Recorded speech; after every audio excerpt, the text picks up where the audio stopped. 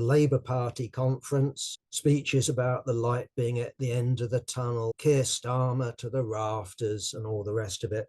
But of course, the Labour Party conference, I think, is notable for two things.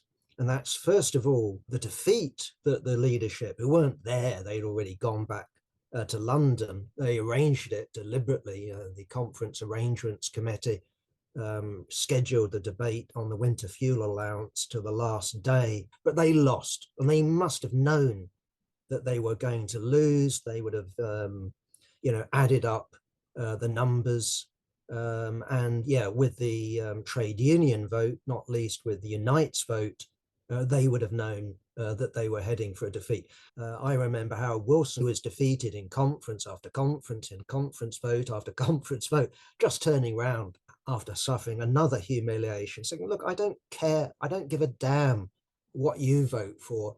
I'm the Prime Minister, we're the government, and we'll do what we want. And that's exactly what Keir Starmer would have said if he'd got up on his hind legs after that particular vote. It was purely symbolic.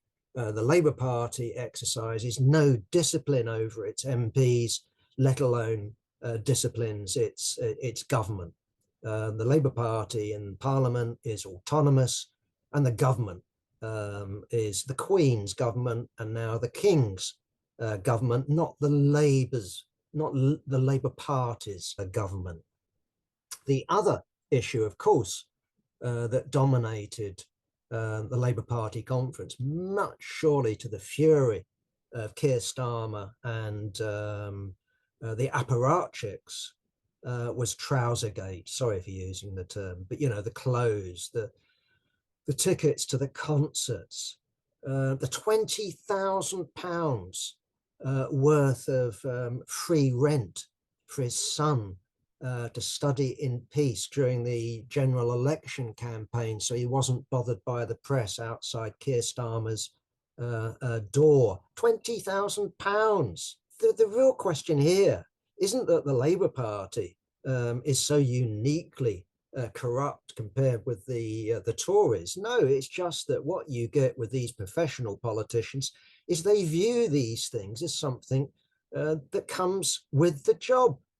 That not only do they get an MP's salary, not only do they get a minister's salary, not only do they get a prime minister's salary, and the expectation when they eventually leave office being showered with very lucrative offers of, we want you to advise us, we want you on the board, we want you to act as a UN this or a UN that, and all that sort of carry on. But they don't think that they can dress properly or house themselves properly unless they actually take individual donations. So we're not talking about donations to the Labour Party, that the Labour Party NEC, which is a semi-democratic or body in the Labour Party, decides what to do with that money.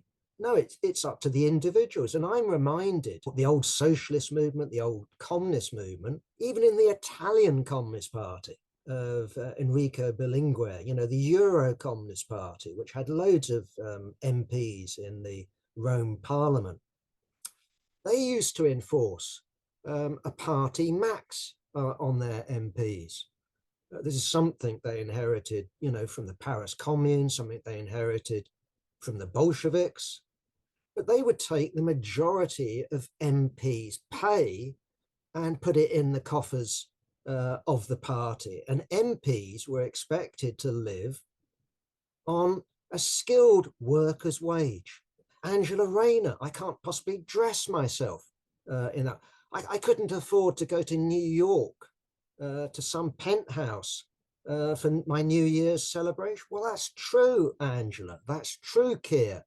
You have to learn, surely, to live like those you're meant to be representing, the labouring classes, that her constituents are bombarding her with emails. What the hell is this Labour government doing?